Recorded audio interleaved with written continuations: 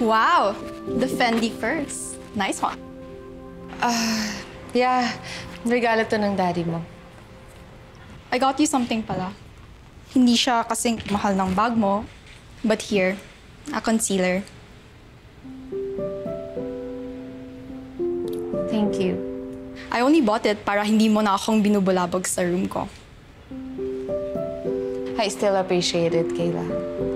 Thanks. One-time pahiram ng bag na yan, ha?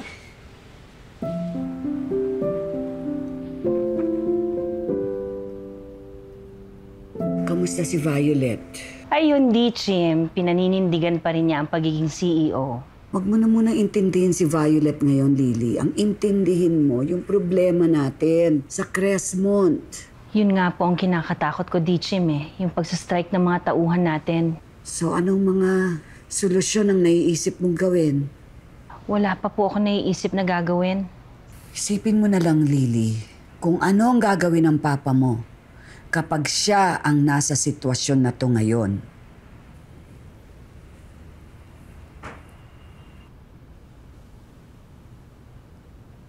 Ginawa ko naman ang lahat, Papa. Nag-cost cutting na rin kami. Pero mukhang kailangan i-discontinue ang ilang produkto natin sa factory. If that's your call, I trust your judgment.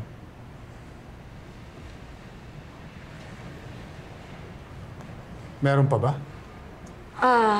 It's just that pag ginawa natin yun, kailangan magsara ng factory natin sa Malabon. Kailangan mo rin isipin ang kalusugan ng finances natin, Lily. Putulin ang kailangan putulin bago kumalat ang impeksyon. Pero pa, madaming mawawala ng trabaho. Ganyan ang negosyo. May collateral damage talaga. Hindi maiiwasan na magsakripisyo ang iba sa ikabubuti ng karamihan. Oh, Papa. Teka muna, hindi kita pinalaki na mahina ang loob. Mamimili ka lang. Sila o tayo. Hindi mahirap ang desisyon na yan.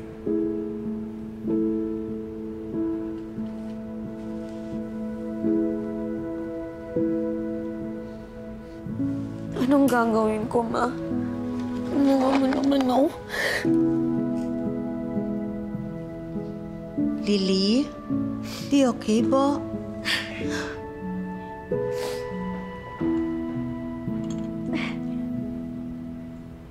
Pinawang kita ng paborito mong soup. Thank you po.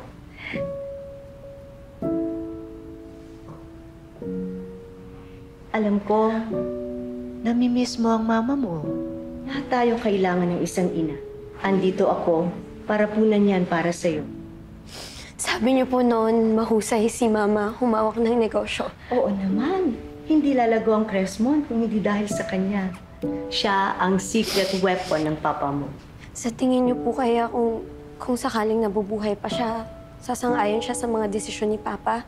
Suportado niya lahat ng mga desisyon ni Leo noon. Kahit madaming naapektuhan? Lily, puno ng biyaya ang buhay natin ngayon. Hindi yun mangyayari kung hindi gumawa ng mga mahihirap na desisyon ng papa mo.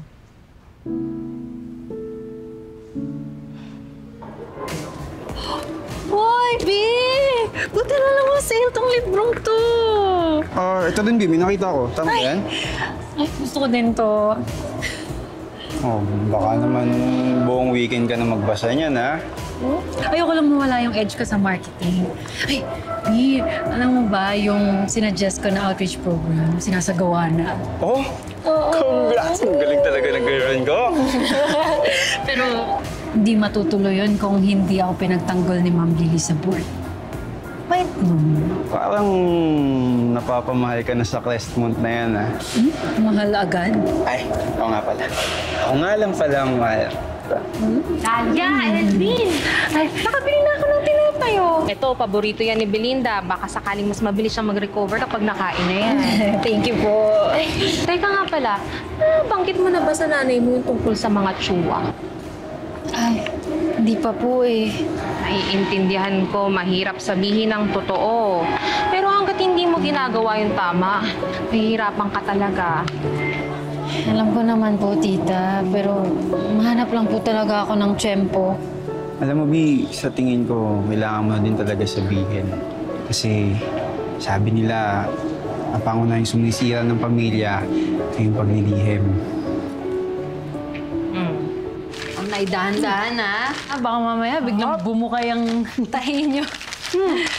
Bago pa na malimot, nakausap ko na si Maring Wena, yung kapitbahay natin. Yung pamangkin niya, pumapasok malapit sa opisina mo. Pwede ka raw ihatid sundo. Nay, nakakahiya. Huwag mong unahin ang hiya sa seguridad. Parati ka na lang umuwi ng 10 oras ng gabi galing sa trabaho. Kasama ko naman po si Elvin lagi.